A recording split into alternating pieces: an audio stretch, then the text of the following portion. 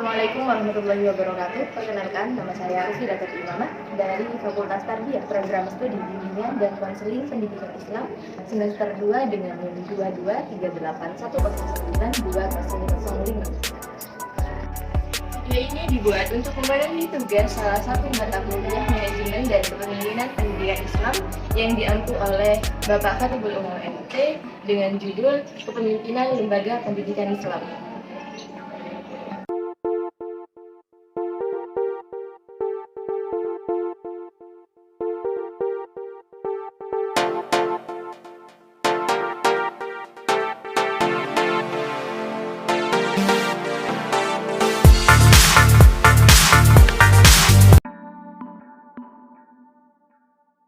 Kepemimpinan merupakan kemampuan dan kesiapan yang dimiliki oleh seseorang untuk dapat mempengaruhi, mendorong, mengajak, menuntun, menggerakkan, dan memaksa orang lain agar ia menerima pengaruh itu, dan selanjutnya berbuat sesuatu yang dapat membantu pencapaian tujuan-tujuan tertentu. Kepemimpinan dipahami sebagai segala daya upaya bersama untuk menggerakkan semua sumber dan alat yang tersedia dalam suatu organisasi. Kepemimpinan menurut Soekarto Indra Fahrudi adalah kemampuan dan kesiapan yang dimiliki oleh seseorang untuk dapat mempengaruhi, mendorong, mengajak, menuntun, menggerakkan, dan kalau perlu memaksa orang lain agar ia menerima pengaruh itu dan selanjutnya berbuat sesuatu yang dapat membantu pencapaian tujuan-tujuan tertentu.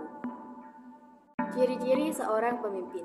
Muzammil Komar menyebutkan bahwa ciri-ciri dari seorang pemimpin dalam kepemimpinan pendidikan Islam antara lain: yang pertama, memiliki pengetahuan dan kemampuan yang cukup untuk mengendalikan lembaga atau organisasinya. Yang kedua, menfungsikan keistimewaannya yang lebih dibandingkan orang lain. Yang ketiga, memahami kebiasaan dan bahasa orang yang menjadi tanggung jawabnya. Yang keempat, mempunyai karisma atau wibawa di hadapan manusia atau orang lain. Yang kelima, bermuamalah dengan lembut dan kasih sayang terhadap bawahannya, agar orang lain simpatik kepadanya.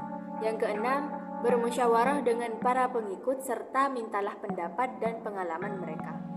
Yang ketujuh, mempunyai power dan pengaruh yang dapat memerintah serta mencegah, karena seseorang pemimpin harus melakukan kontrol pengawasan atas pekerjaan anggota, meluruskan kekeliruan, serta mengajak mereka untuk berbuat kebaikan dan mencegah kemungkaran. Yang kedelapan, bersedia mendengar nasihat dan tidak sombong, karena nasihat dari orang yang ikhlas jarang sekali kita peroleh. Peran kepemimpinan dalam lembaga pendidikan Islam. Salah satu bentuk kepemimpinan dalam lembaga pendidikan Islam adalah kepala sekolah. Menurut Mulyasa, kepala sekolah merupakan salah satu komponen pendidikan yang paling berperan dalam menentukan keberhasilan suatu lembaga pendidikan, karena ia mampu memimpin di lembaganya. Lebih lanjut, ia mengatakan bahwa kegagalan dan keberhasilan sekolah banyak ditentukan oleh kepala sekolah, karena mereka merupakan pengendali dan penentu arah yang hendak ditempuh sekolah menuju tujuannya, yaitu sekolah yang efektif, bermutu, dan favorit tidak lepas dari peran kepala sekolahnya. Maka ia harus mampu membawa lembaganya ke arah tercapainya tujuan, dan telah ditetapkan ia harus mampu melihat adanya perubahan serta mampu melihat masa depan dalam kehidupan global yang lebih baik. Kepala sekolah harus bertanggung jawab atas kelancaran dan keberhasilan semua urusan pengaturan dan pengelolaan sekolah secara formal kepada atasannya atau secara informal kepada masyarakat yang telah menitipkan anaknya.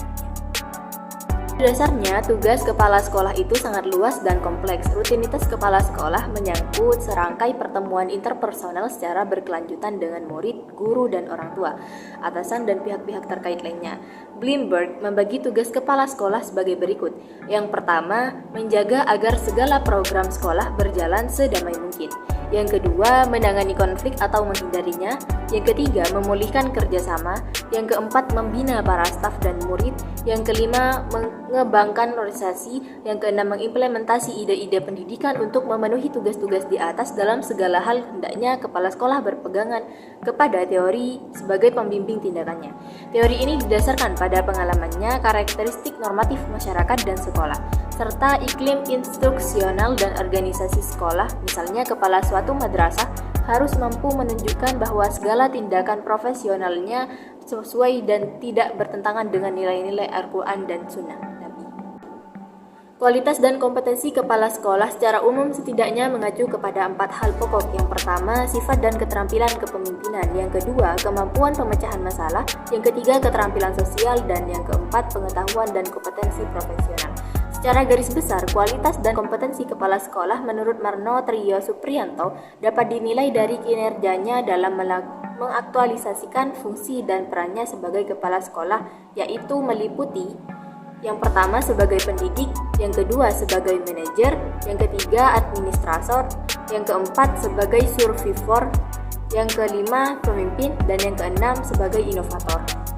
Teori kepemimpinan. Ada dua teori kepemimpinan menurut Isjoni yang cukup menarik perhatian para pengamat dan praktisi pengembangan sosial antara lain sebagai berikut.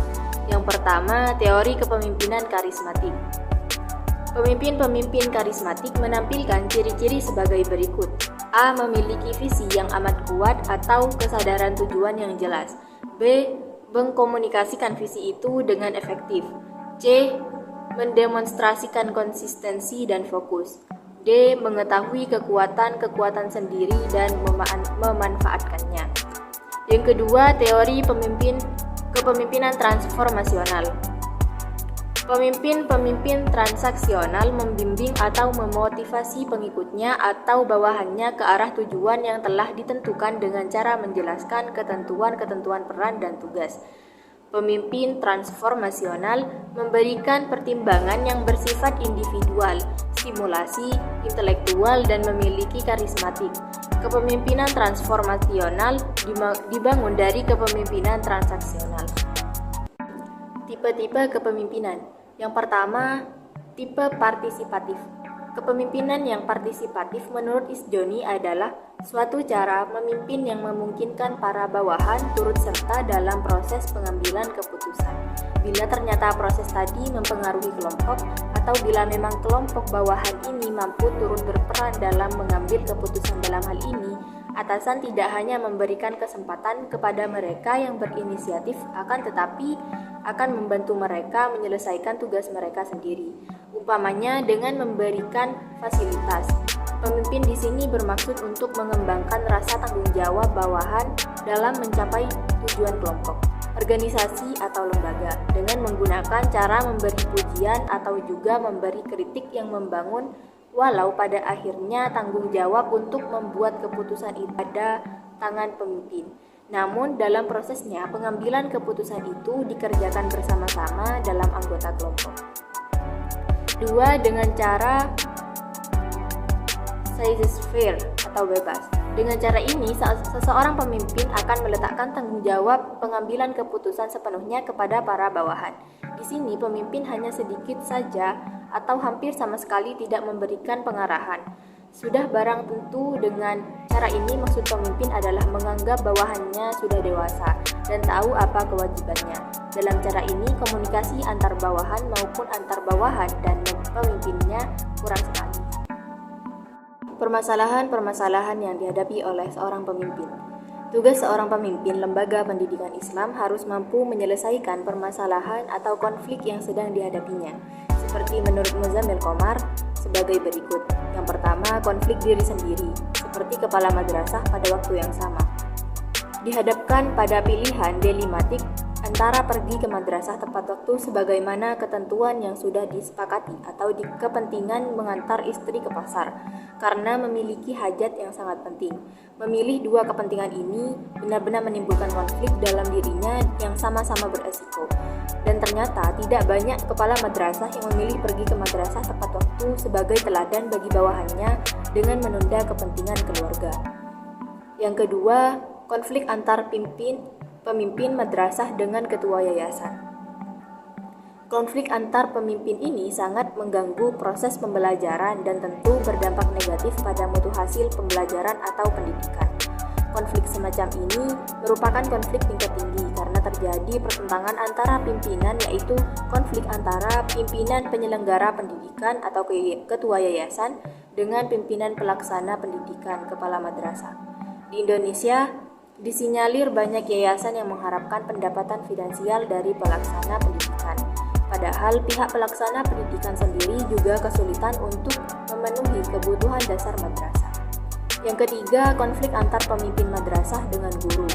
Dalam hal ini, hubungan antar pemimpin madrasah dengan guru kadang tidak harmonis, dikarenakan adanya perbedaan pendapat dalam musyawarah ataupun dalam penyelesaian masalah. Hal ini sering terjadi di madrasah-madrasah. Yang keempat, konflik antar pemimpin madrasah dengan ketua komit atau masalah dana pembiayaan operasional madrasah, seperti dalam rapat untuk penentuan dana pembangunan madrasah. Adanya perselisihan pendapat antar keduanya dalam pengambilan keputusan dana tersebut.